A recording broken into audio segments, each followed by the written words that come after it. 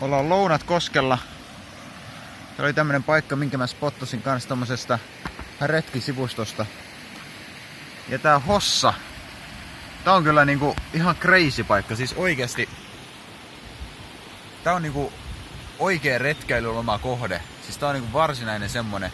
Tossa on ollut ihan sikana telttailualueita. Tuolla oli karavaanarialue. Täällä on niinku viimettäin päällä kaikki jutut. Tuotu vieraskirjakin, mihin mä pistin nimeni. Siis siistiä. Mut täällä on myös tää Lounatkoski tässä. Ilmeisesti tää on joku kalapaikka tai jotain. Tässä on paljon kalastajia tullut vastaan tässä näin pienen ajan aikana. Mä myös kuvaan tätä niinku tälle, koska täällä ei ole internetyhteyttä täällä keskellä mettää.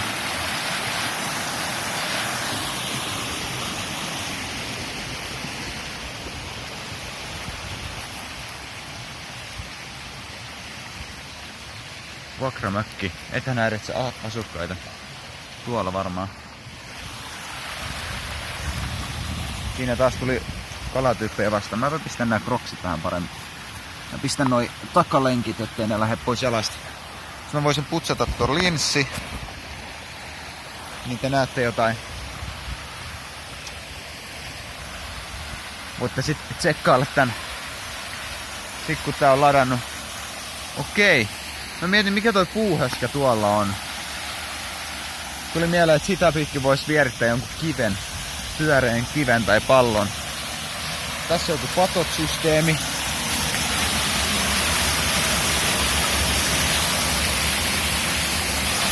Tossa on ollut selkeästi joku myllyn kaltainen tässä näin. Oi tässä, tää on ihan patoa. Mä katsoin mitä tukkee, mutta ne on niinku patoa noi tuki. Siistiä. Se siis on johdettu tällaiseen juttuun. Pikkasen vuotaa sivuilta näin toi. Se on koitettu tukkia ainakin. Et se menee tuonne sisälle. Ja kato, siinä on pistetty oikein tommonen niinku tommonen puu ja siinä on pistetty lukko, että se on oikein siinä tarkoituksella. Siistiä. Mennään kattoo sinne sisälle mikä se on. Tossa menee noin koski 100 metriä, et me ei vielä edes olla siellä ihan koskella asti. Pitää katsella tuota aikaa, että mä ehdin sinne 10 minuutissa. Pääseekö tänne sisälle? Saaks tänne sisälle mennä? Mylly. Wow. Just saa auki. Sitten salamaa. Kiitos. Wow, spooky scary skeletons. Niin tää on sama juttu kuin oli siellä toisella. Hei, tää on siisti. Tää on tosi siisti näköinen.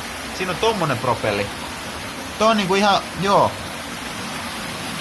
Tossa näkyy toi, että se vesi tulee tosta.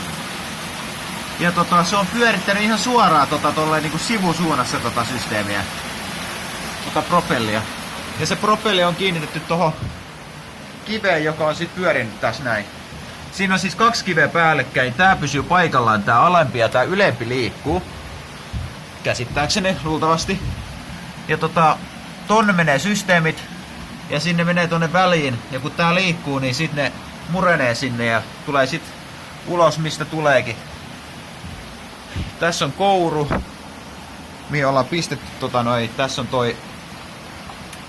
Se on enemmän uutisoitu. Mikä on se sana?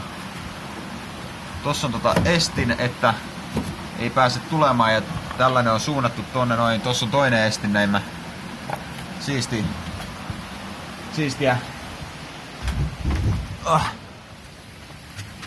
Pistää takaisin ovi kiinni. Ja mulla on semmonen 5,5 minuuttia aikaa kerkiä sinne koskelle, että mä lähden sinne suuntaan.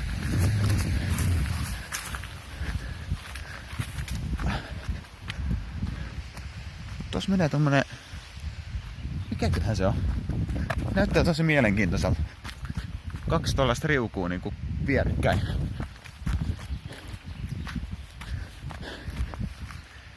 Mikä tässä on mennyt?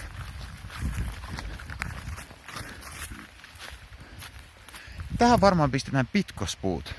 Mulla on semmonen hantsi. Mikä toi on? Koska se kävisi järkeen, koska tää on tämmönen niinku nähtävyyspaikka niin sanotusti. Okei, alle 5 minuuttia aikaa. Tässä tulee kiire. Huhhuh. Tuon kun mulla on tasan 10 minuuttia aikaa kuvata tätä videoa. Koska kiitos OnePlus 3. Okei, no nyt kuuluu kohina. Wow, siellä liikkuu vettä ja nopeasti.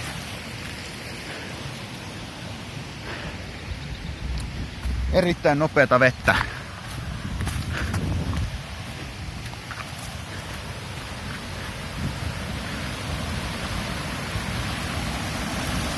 Haisee tommonen pieni mätä.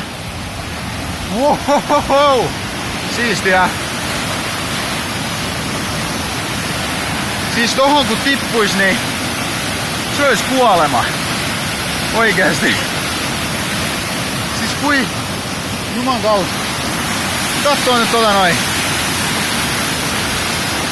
Sit kun on tossa kohtaa kanootilla ja tulee tohon kohtaan, sit voi vaan sanoa, että RIP. Koska vitsi, tää on siisti.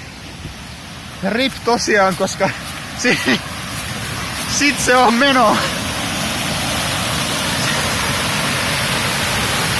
Sit se on oi saamari.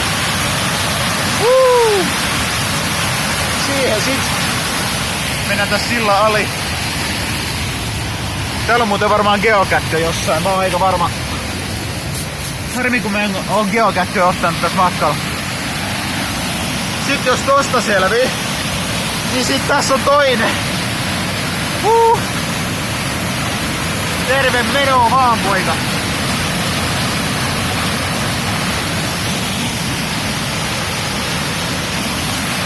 Tuo on kyllä aika karun näköinen ja se jatkuu tuonne vaikka kuin pitkälle asti. Wow.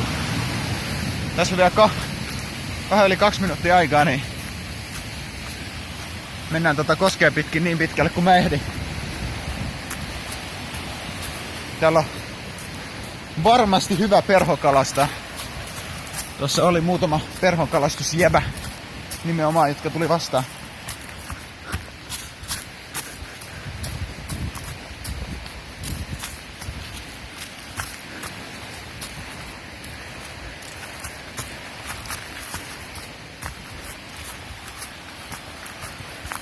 Näitä vielä haarautuu täällä tällainen.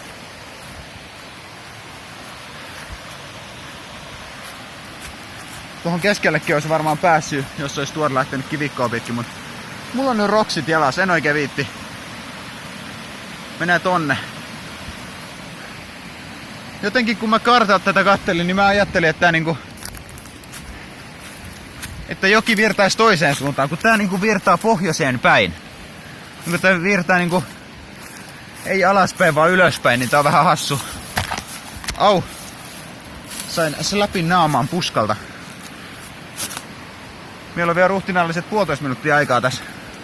Mä aion taiteella itteni tänne päähän. Nyt näyttää märältä. Mä menen vielä tohon kiveen. Mulla ei taaskaan ole sitä kuorta tällä puhelimelle, niin en halua kyllä tiputtaa välttämättä.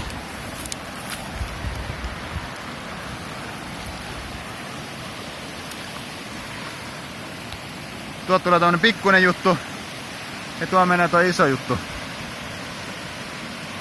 Wow, no ei tässä ollut kyllä kauheasti mitään hienoa, että mä tulin tänne. Mä ajattelin, että olisi ollut siistimpää tulla tänne keskellä. Mutta ei olekaan keskellä.